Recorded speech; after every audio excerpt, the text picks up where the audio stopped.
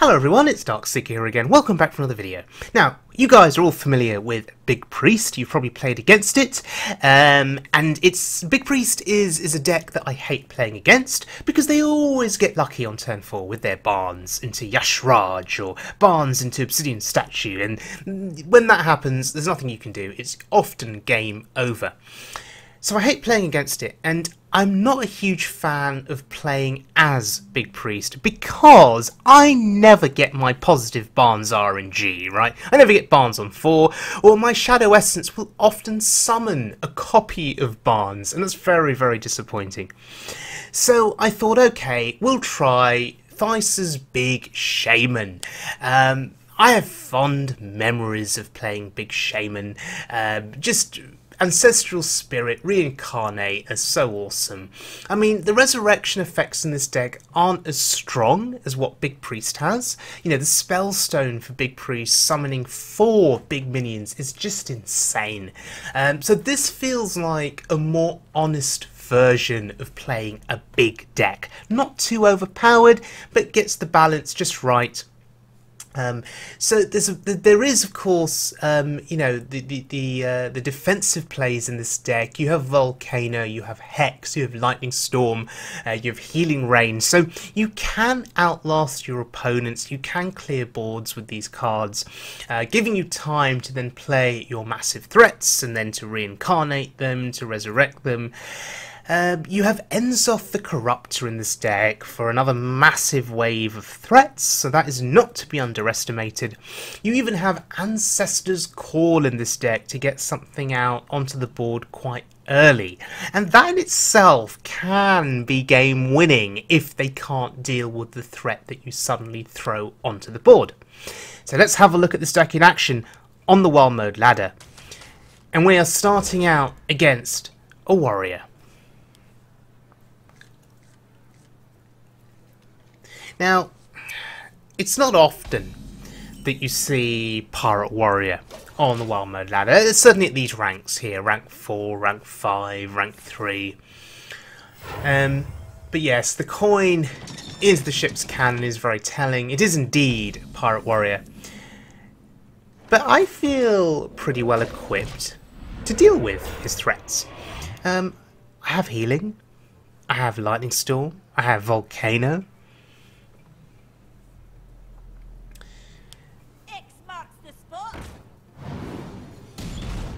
And he was gambling on the fact that I wouldn't be able to deal with the ship's cannon moving into this turn. So he gets the value from the cannon, and he's going to hope that the cannon sticks for a while longer so he can continue getting that 2 burst damage. Now, I have Lightning Storm, and I have a decision to make. Next turn, do I Lightning Storm and hope and pray for a high roll that we get 3 damage on the ship's cannon? Or do we just wait? I think waiting is better, because I think the plan would be to Volcano. I think that's going to be the plan. In the meantime, we are going to take a fair bit of damage, unfortunately. 1 more turn for Volcano, which means I'm not going to hero power, because that will just buff the Frothing Berserker even more if he trades a minion into the totem. There's no point. Okay, now we Volcano.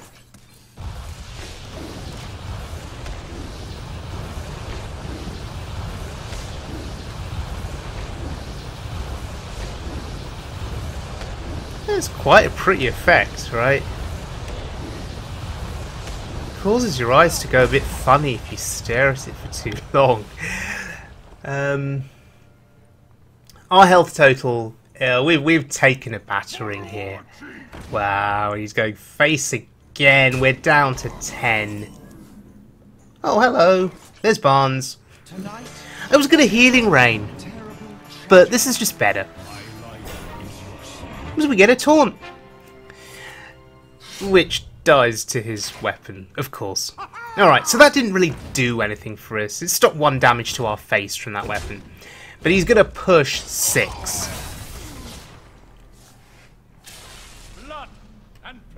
And, you know, the real possibility of us dying on this turn. Turn 6 lethal is not uncommon for Pirate Warrior. Thankfully, we're still alive. And we need to think about how best to navigate this turn. We have 7 mana to play with. We'll see if we get the high roll. We get 1 high roll. Okay, fair enough.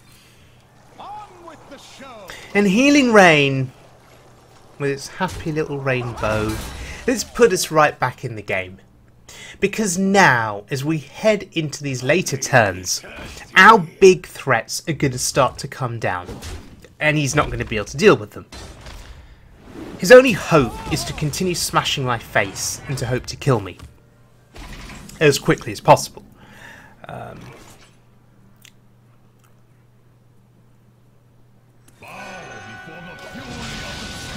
Okay, so Storm Guardian. This is going to test for Silence Effect. Pirate Warrior used to run Spellbreaker to get through Q blocks and to get through big taunts. Instead, I guess he's still going to plow through it, but he's just used up Leroy. But that Frothing Berserker getting very angry here. But no Silence Effect for him in hand, it would appear. So Sludge Belcher with Ancestral Spirit just wins us the game now.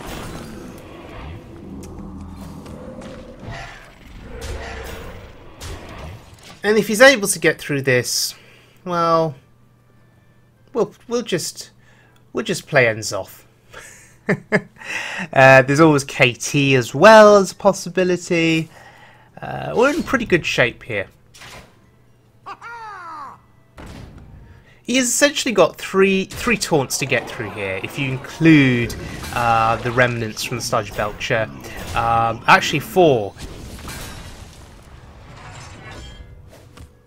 Actually it's 5. Because double Belcher plus the 2 remnants from both Belchers plus the taunt totem. That's 5 taunts to hit through. Okay, let's look at our final game. We've beat a Pirate Warrior, showing how effective this deck can be against aggro. Now we take on the Priest. And at this rank, it's usually only one kind of Priest. It's usually Big Priest. So I threw away the Maelstrom Portals, thinking, they're not going to do much in this match, or in this game. What I'm looking for is Barnes and Ancestral Spirit, ideally, or some way to reincarnate a large threat. That's what I'm looking for. Haven't found it. But we have a couple of turns left, because Big Priest will usually spend the first 3 turns doing nothing, or doing nothing of great value, and then they'll play Barnes and win the game. So we have a little bit of time now to search for some answers, and we have Hex in hand. That's really, really good. But to search for Barnes, Ancestor's Call is interesting, but not something that I want to play in this matchup. Against the Pirate Warrior in the previous game, it probably would have been good to get a big taunt out.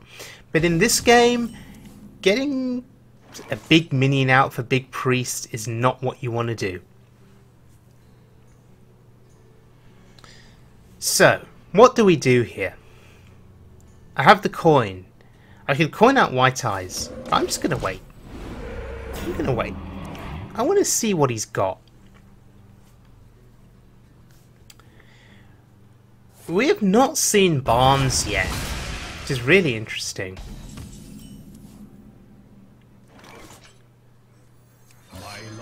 I think maybe saving the coin was a good play. It was reasonable. Could come in handy. Oh, unlucky. That's what always happens to me. I always get Shadow Essence into Barnes. Now he can feel my pain.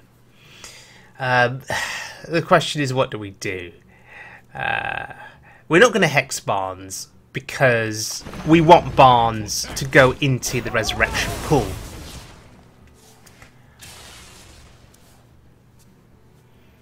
I think this is reasonable. It's a 7-8. We have Maelstrom Portal in hand. So this 7/8 can kill an 8 health minion combined with Maelstrom Portal. It can deal with the Lich King combined with Maelstrom Portal. That's actually pretty good. And he does nothing. He does nothing against it. That's really interesting. What is he waiting for?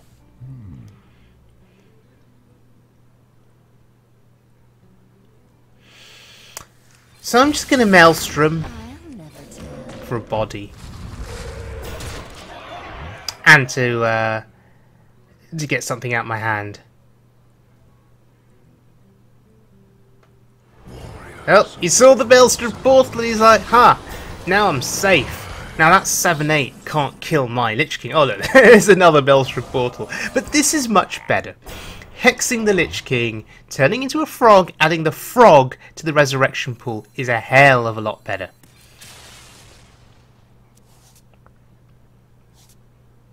And we may as well just portal again for the body. Just making sure that we don't overdraw next turn. I'm keeping that coin. Now I'm thinking, should I have used it earlier? What's the point? So far he has Barnes and a frog in his resurrection pool. Dealing with the obsidian statue is going to be challenging here. But it's fine. It's absolutely fine. It's giving him health, which is annoying. But here's where the coin could come in handy.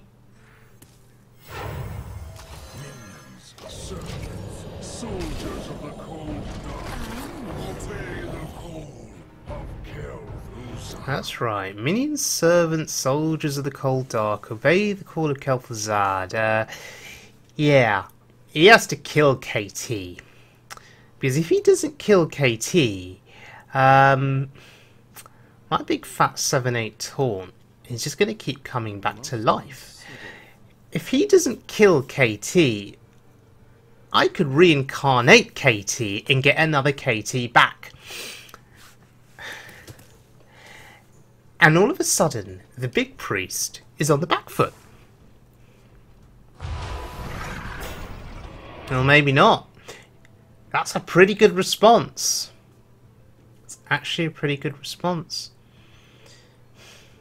Maybe I shouldn't have Maelstrom portaled. I mean, I've got these 2 crappy minions on the board. 3 crappy minions if you count the totem. Oh, what's he doing? He's trying to weaken Kel'Thuzad, I assume is what he's trying to do. So, I think we reincarnate first. Does it matter, the order? See, what I'm worried about is killing the statue and then it kills KT. Yeah, the order didn't matter there. If KT dies, KT dies. Nope, KT lives. But now, we get another KT back. We get our taunt back. We're happy. And we don't need to play anything else. What I'm playing around here is Psychic Scream. Okay, so I'm holding back some of these threats. I'm holding back Sludge Belcher for now. I want to see how he deals with KT. Now, Big Priest will often run Light Bomb. KT survives Light Bomb. Ha! And there's the frog and the bards get Rexa. Ah, dear.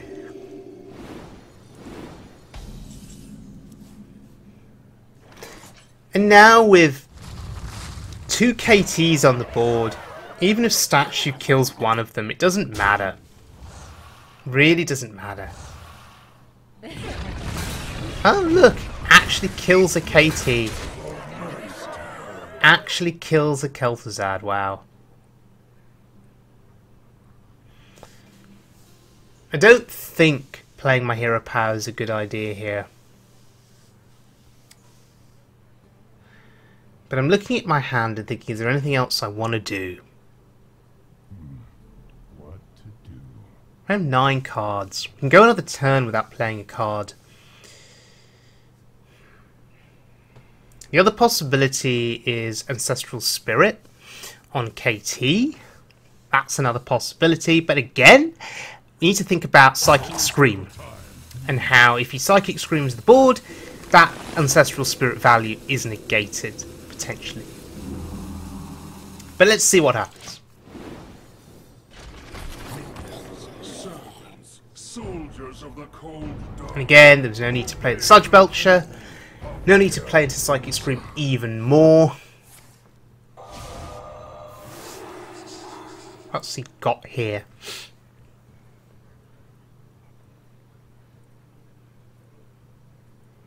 This juncture, kind of regretting having these small minions on the board.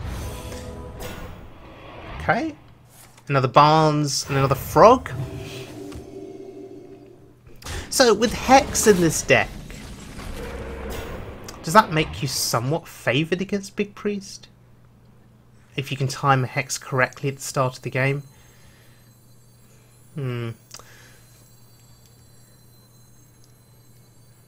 So another Obsidian statue is on this board. He silenced my KT, or one of my KTs. That's quite awkward. So, not really thinking too much about this. Lightning Storm just seems sensible, I guess. Breaking through.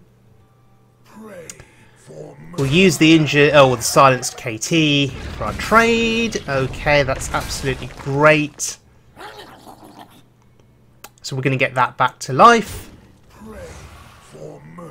And is there any point in trading? No, just go face. And we get our big fat taunt back. And if he deals with this entire board, well, then we've got Sylvanas. Sylvanas is really awkward for him to deal with, particularly if he's got a couple of his big threats on the board, because the chances are we'll steal something. I must consider. But yeah, this is so much fun playing with Kel'Thuzad here. He's not a card you see played very much anymore. I mean, I think for a period of time, Big Priest used to run KT, I think. But yeah, he can be a game-winning card. Just look at all the work that KT's done in this game. Yeah, it's over. We were able to get a foothold on this board with KT, and the Big Priest just couldn't compete. Okay, so Thijs Big Shaman. Super duper fun deck to play. You saw me outvalue the Big Priest with Kel'Thuzad, but I got lucky with my Hex. He got unlucky with summoning Barnes early, so the 5/5 copy from Shadow Essence. Had that not happened, had he got a proper Barnes out, and had I not had Hex, and had Shadow Essence procced on another threat, would we have won that game? That's an interesting question. Does our deck go far enough to then be able to deal with Big Priest? Probably not, but we have a fighting chance. We were able to dominate the Pirate Warrior. Well, dominate's not the right word to use. It was pretty close at times. He did a lot of damage to my face.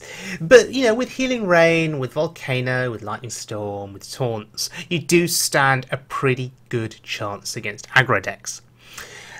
In games like that against aggro, Ancestor's Call can be tremendous because you can just take, you know, a KT or a Sneeds or a Sludge Belcher, just suddenly throw them out onto the board, and then you can play, you know, Ancestral Spirit or Reincarnate.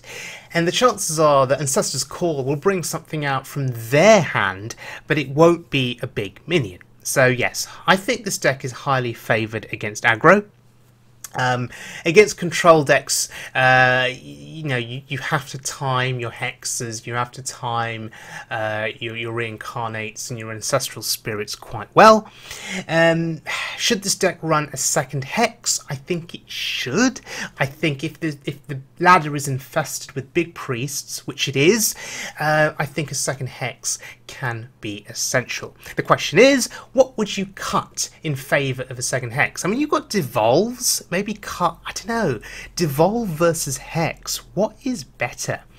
You know, devolve can devolve a board full of big minions into a board full of slightly less big minions, but they're still big, and so for, you know, and therefore still threatening. So I don't know. Maybe hex is slightly better than devolve. I mean, 0-1 frog can't really do much to threaten you, right? Anyway. Hope you guys enjoyed the video. If you have any thoughts on this deck, any changes you'd make, please leave them in the comments section below. But thanks for joining me, and if you enjoyed the content, do subscribe. You know, I really would appreciate it. And I'll see you guys all again very soon for more wild mode or standard mode fun.